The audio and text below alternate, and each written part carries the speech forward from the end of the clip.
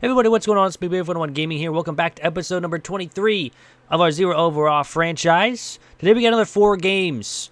One against the Cardinals, as you can see on the screen here.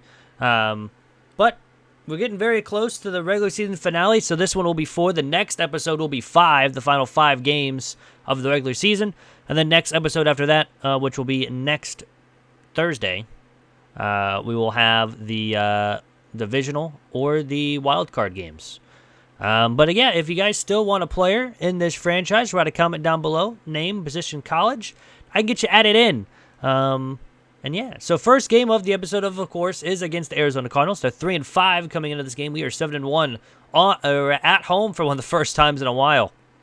But Kyler Murray drives the Cardinals down the field on a 3rd down and 2 from the 3-yard line to try a pitch, and it goes absolutely nowhere. He almost breaks a tackle, and that weird animation kind of almost let him in there. But we do tackle him behind the line, and it's 4th and 7, so that will force a field goal attempt, which they do end up making to go up 3-0. Now for us, from the 22-yard line, I like how we're in a dome, but yet it's still raining. But besides the point, Richardson tries to take off, and he fumbles the football as we picked up by a defensive back. I don't know what our halfback was doing there, just kind of backing up on field away from the football. But anyways, we're going to move on. But 3rd down and 4, 2 plays later. Here for the Cardinals, try to throw it up, but Steve Henson, trying to make his case for Defensive Player of the Year after defending Defensive Rookie of the Year last year, gets the interception, and the Dragons will have the football right back from the 34-yard line. Couple plays down the road, 3rd down and goal from the 2. We find Josh Foster in the back of the end zone for the first touchdown of the game and the first touchdown of this episode to go up 7-3, but the Cardinals don't go away just yet. They find McBride. Wise gets beat. He does get the tackle there, but Trey McBride finds the end zone to make it 10-7. 27 seconds left to go in the first half. We throw it up for the end zone, and look who comes down with it, Brock Bowers, making his case for Offensive Rookie of the Year. Make it 14-10. Next play of scrimmage. Mumphrey again comes up huge to give us the ball back with 18 seconds left to try to make this a bigger game.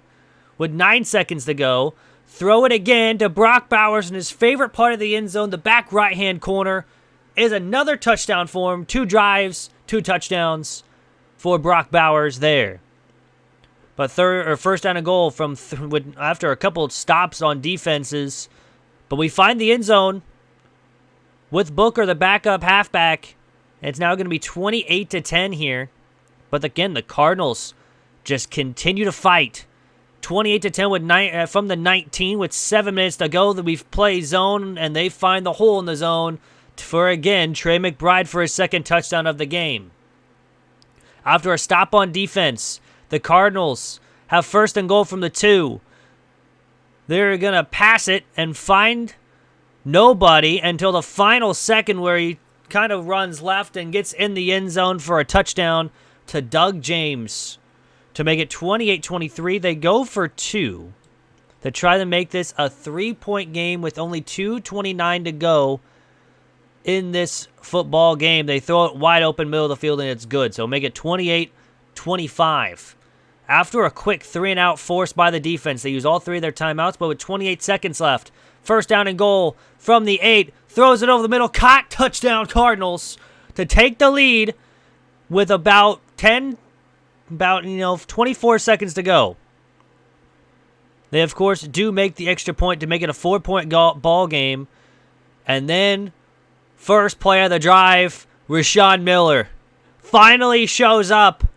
He finds the end zone on a 74-yard touchdown reception with only 11 seconds to go in the game, and that is actually going to do it.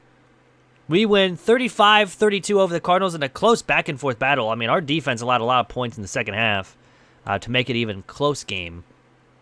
But, not a bad game at all from our offense. I mean, 21-25, 317 yards with 4 touchdowns. Both, quarterbacks do 4 touchdowns.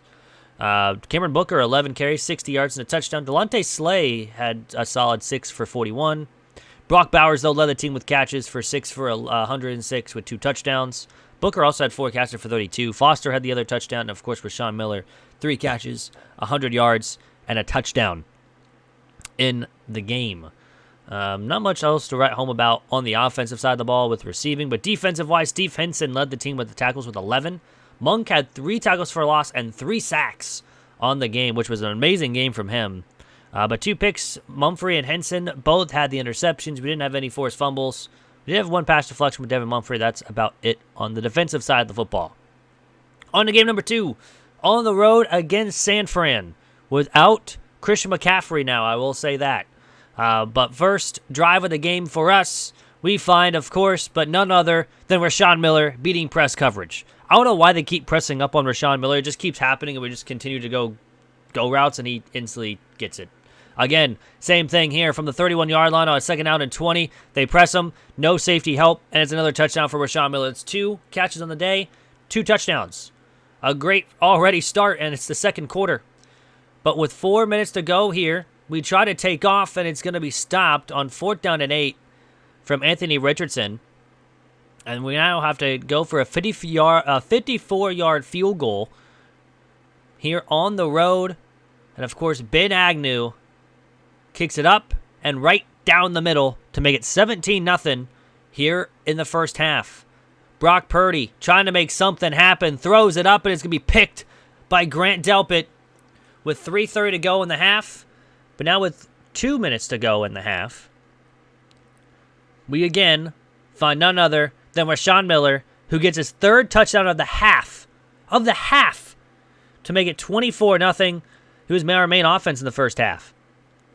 After a couple stops, or after the stop on defense, or actually the next drive really for the Niners, they drive down the field pretty quickly to make it 3rd and goal from the 1, but they get stopped and have to kick a field goal. I don't know why it kept freezing half the time. It was kind of this weird Madden glitch, of course, that happens where if you play a lot, it starts to freeze every once in a while when you try to select plays. But we battled through it. They kick a field goal to make it 24-3. They start with ball in the second half, though. Their first drive runs it up the middle, makes a guy miss, makes another miss, and makes another miss to get in the end zone for a touchdown. Jacoby Williams impersonating Christian McCaffrey, I guess, with how explosive he is. 3rd down and goal from the 2, though, and Cameron Booker finds the end zone for a touchdown to make it 31-10. They score a touchdown, but the Niners, as soon as they get the football on this drive, say, you know what? You guys can score a rushing touchdown. We also can score a rushing touchdown, but this one's going to be a lot better. Finds the open way on the right side, and that's going to be a 75-yard touchdown run from Jacoby Williams. That's just an insane running back. 49ers love their running backs, I guess. But 2nd down and goal from the 3. Cameron Booker says, you know what?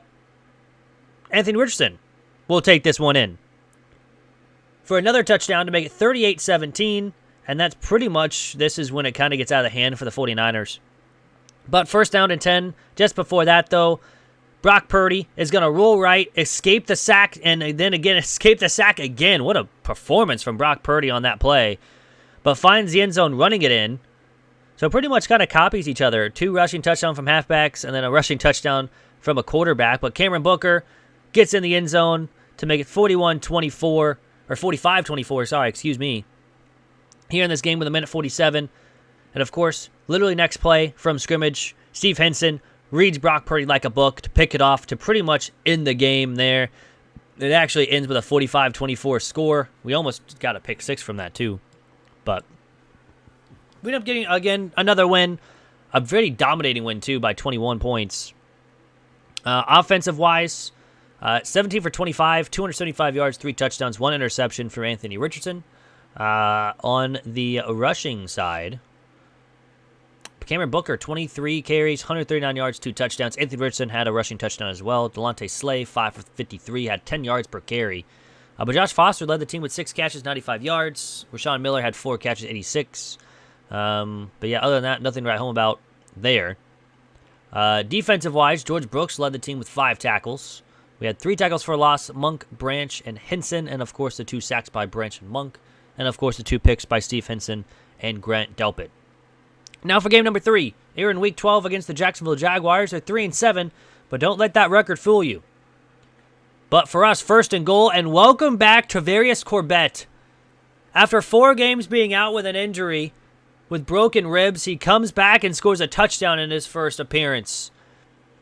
But after a couple stops, Jacksonville, from the 4-yard line, on third down and goal, find the end zone to make it 7-7 to James Washington.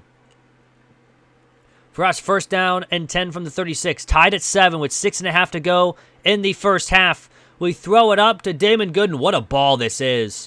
Puts it in the only spot Damon Gooden can grab it and finds the end zone for a touchdown to make it 14-7. Third down and goal. They run it up the middle. Etienne is stopped at the 1. So the defense holds. They force a field goal to make it 14-10. But with 20 seconds to go here, we're rolling right and try to find Brock Bowers in the corner of the end zone. But he can't make it happen. So 4th down and 5, we had to take a field goal to make it a 7-point game. Third quarter now, halfway through it. 4th down and goal from the 1. Can the defense get another stop on 4th down? They try to throw it, and it's incomplete, thrown out of the back of the end zone. So the defense holds on 4th down and 1, so we start from our own 1. A couple plays later, we get up to the 38-yard line on 3rd down and 6, with about 1:18 to go here in the third. We try to throw the football, rolling right. We see that Rashawn Miller starts to get open, but just a bad throw there, a poorly timed decision. And then Jacksonville takes over from the 42-yard line. They get down to the 2 in the fourth quarter. 2nd down and goal. They run it up the middle this time, and this time they actually do make it in the end zone to make it 17-all here with about 7 minutes to go. But we run no huddle with 4 minutes and 46 seconds. I don't know why we're running no huddle here, but we did. But we find Damon Good in the end zone again to make it 24-17. So we take a 7-point lead. All we need is 1 stop from the defense. But unfortunately, that doesn't happen. They run the RPO, breaks a couple tackles, and gets dragged into the end zone for a touchdown. Monty Wise kind of just dragged him in. I don't know why, but makes it 24-all. 2nd down and inches with 1:23 to go. Trying to find an end zone. Corbett finds it to take the lead by 7. 31-24. 23 seconds to go here for Jacksonville. He's going to throw it up and dump it. Takes a bad route to the football. And Jacksonville will go ahead and make it a 1-point game. But they decide to go for 2 here to make it a 1-point lead for them with only 17 seconds. We have all 3 timeouts too. But he's going to take the snap and run it to the right and find the end zone for a 2-point conversion. So we are down 1. Time to make some Mahomes magic here with 13 seconds and 3 timeouts. I'm sorry, Bills fans, but it is what it is. We find Foster all the way up to the 49-yard line. We take our first timeout with 8 seconds left. We need probably about another 20 or about another 10 yards to find a way to kick a field goal. They pressed everybody up. There's nobody open. We have to take a sack and take a timeout with 5 seconds to go from the 45-yard line. We got to find a quick throw in the middle of the field and get down and try to kick a field goal. But again, they press everybody up. Rashawn Miller actually beat his man, but safety help over the top, and it falls incomplete. So the Jacksonville Jaguars, on going for it on a 2-point conversion, get the win. They moved to 4-7 on the season. We moved down to 9-2, which is a rough loss for us, especially with losing 2 games in the division against pretty teams that we should beat as well. But Anthony Richardson, 20 for 28, 2 touchdowns, 1 interception, 336 yards. Corbett, on his first game back, only 9 carries, 2 touchdowns, though, for 45 yards. He was kind of just getting acclimated back into the offense there. But Damon Good, 9 catches, 161 yards, 2 touchdowns. Really, he had himself a game. Brock Bowers, forced 4 for 84, had himself a pretty nice game as well. Monty Wise, 10 tackles, 2 tackles for a loss, and a sack on the game. We had a bunch of tackles for a loss in this game, but we couldn't really get off the field on third. They went for it a lot on 4th down, too. They were a very aggressive team. But on to the final game here of the episode. And, of course, also, I will be live tonight playing some Call of Duty if you guys do want to hang out, both on YouTube and Twitch. We'll be kind of multicasting there. But here Grant Delpit just misses the interception. And Max Chambers of the Buccaneers find the end zone for a touchdown to make it 7-0 here early. And then after a stop on defense by the Bucs, George Brooks makes himself known. He had actually missed the Jacksonville game with an injury in practice, so it was good to have him back in this game. And it shows right there. But 2 plays later, after a nice 10-yard run by Corbett, Richardson tries to match it on his own and fumbles the football. And the Bucs have it again from the 47-yard line, but the defense holds again. This time, we find Bowers in his favorite spot, the back of the end zone, to tie the football game up 7-7. The Bucs now, 1st down and 10 from the 49-yard line.